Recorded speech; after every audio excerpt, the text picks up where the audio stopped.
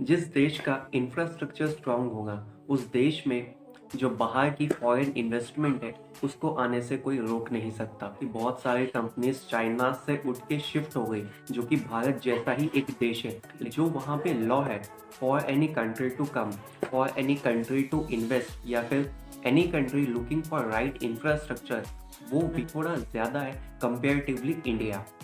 Hey guys, welcome to my YouTube channel जिसका नाम है फिन ओशन। हमारे भारत की कुल जनसंख्या वो 130 करोड़ या 135 करोड़ के बीच में है। इन 130-135 करोड़ लोगों में से 46 करोड़ लोग हमारे लेबर फोर्स में आते हैं। लेबर फोर्स का मतलब होता है जिन लोगों की एज 16 साल से ज़्यादा हो और 59 ईयर से कम हो, और इनमें वो लोग आते हैं जो कि एम्प्लॉयड हों और जो कि अनएम्प्लॉयड हों।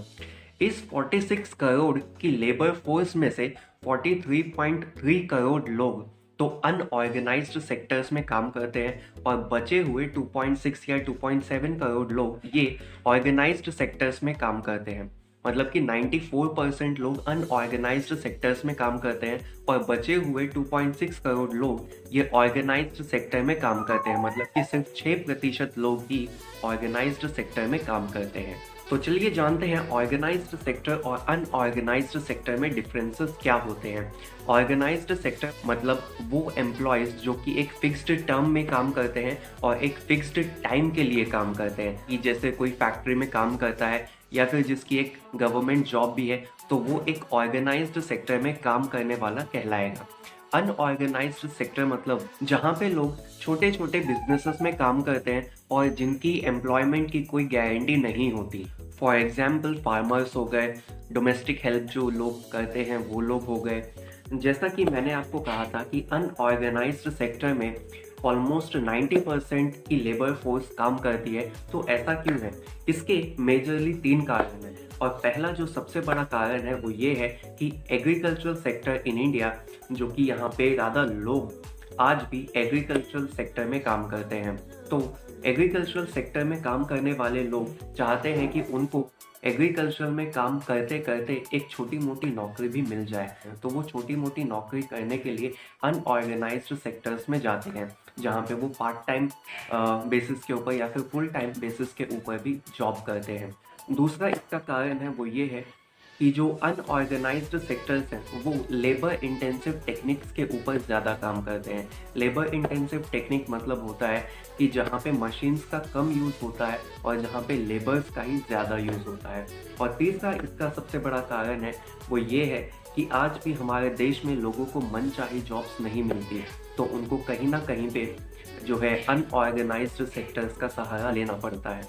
तो चलिए अब बात करते हैं ले ऑफ्स की। जो मेटा इनकॉर्पोरेशन है, मतलब कि फेसबुक की जो पेरेंट कंपनी है, उसने कहा है कि वो 13% ऑफ इट्स वर्क फोर्स को जो है ले ऑफ कर सकती है इस साल, जो कि टेक कंपनीज में इस साल का सबसे बड़ा ले ऑफ होगा।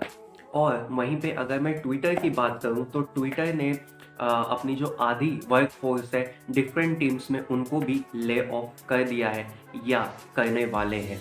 और दोस्तों, सुनने में तो ये भी आया है कि जो इंडिया में ट्विटर की एक मार्केटिंग टीम है, उस मार्केटिंग टीम को पूरा ही ले ऑफ कर दिया है ट्विटर ने। तो स्टार्टअप्स में ले ऑफ की अगर मैं बात करूं तो यहाँ पे जो स्टार्टअप्स इंडिया में है, ये दुनिया के 3rd लार्जेस्ट स्टार्टअप इकोसिस्टम्स में आता है, और यूएसए और चाइना के बाद इंडिया का जो स्टार्टअप है वो सबसे बड़ा है। हमारे देश में 100 से ज़्यादा यूनिकॉर्न्स हैं। लेकिन सच्चाई ये भी है कि स्टार्टअप्स में जो ले ऑफ है वो भी बहुत ज़्यादा हो रहे हैं। रीजन क्या है ले ऑफ के? तो जो सबसे बड़ा कारण यहाँ पे जो कंपनीज ने कहा है, कंपनीज ने ये कहा है कि एम्प्लॉयज़ जो है उनके वो लॉस मेकिंग है। लॉस मेकिंग ये तो समझ में नहीं आया, क्योंकि जब लॉस मेकिंग है तो आपने उनको हायर ही क्यों किया? और अगर हायर किया है तो उनको एक जॉब सिक्योरिटी देनी तो पड़ेगी, क्योंकि अगर आपके एम्प्लॉय सेटिस्फाई नहीं होंगे तो कंपनी का चलना थोड़ा मुश्किल नज़र आता है। दूसरा जो कारण है वो ये है कि जब स्टार्टअप्स को फंडिंग मिलती है तो वो इस फंडिंग का यूज़ करते हैं ऑफिसर्स के स्पेस लेने में, मतलब कि अपने बिजनेस को बढ़ाने में वो ऑफिसर्स की स्पेस लेते हैं, ना कि वो एम्प्लॉयज़ को ज़्यादा सैलरी दे पाए, ना कि वो एम्प्लॉयज़ को थोड़ा मोटिवेट कर पाएँ फाइनेंशियली।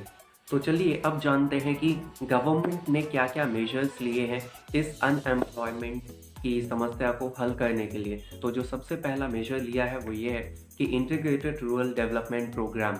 इसके तहत जो गाँव के इलाके हैं वहाँ पे एम्प्लॉयमेंट अपॉर्चुनिटीज़ को क्रिएट किया जाएगा। और ये एम्प्लॉयमेंट अपॉर्चुनिटीज़ को क्रिएट कैसे किया जाएगा, तो वो ऐसे किया जाएगा कि जो रूरल एरियाज़ हैं यहाँ पे फैक्ट्रीज़ को सेटअप किया जाएगा और फैक्ट्रीज सेटअप होंगी क्योंकि इनको सब्सिडी दी जाएगी, टैक्स बेनिफिट्स दिए जाएंगे और कहेंगे कि आप यहाँ पे मैन्युफैक्चर कीजिए। मनरेगा के तहत यहाँ पे 100 डेज़ की एम्प्लॉयमेंट गारंटी लोगों को दी जाती है रूरल एरियाज़ में।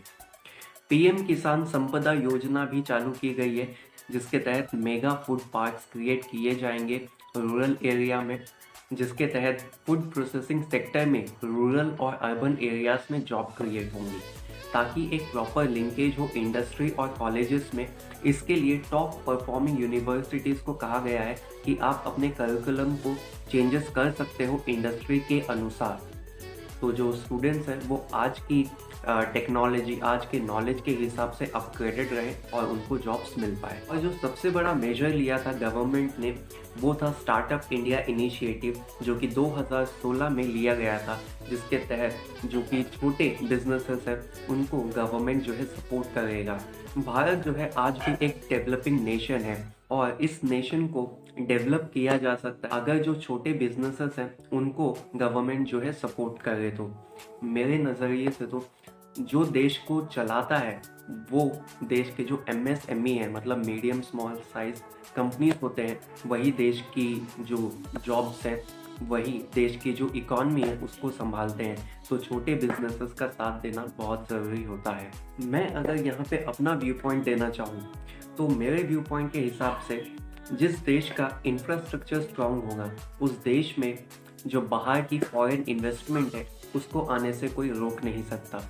अगर मैं कोरोना की बात करूँ, कोरोना के टाइम में क्या हुआ कि बहुत सारी कंपनीज चाइना से उठ के शिफ्ट हो गई और वो शिफ्ट हुई वियतनाम में, जो कि भारत जैसा ही एक देश है, लेकिन वहाँ पे जो इंफ्रास्ट्रक्चर है वो इंडिया से थोड़ा बेहतर है।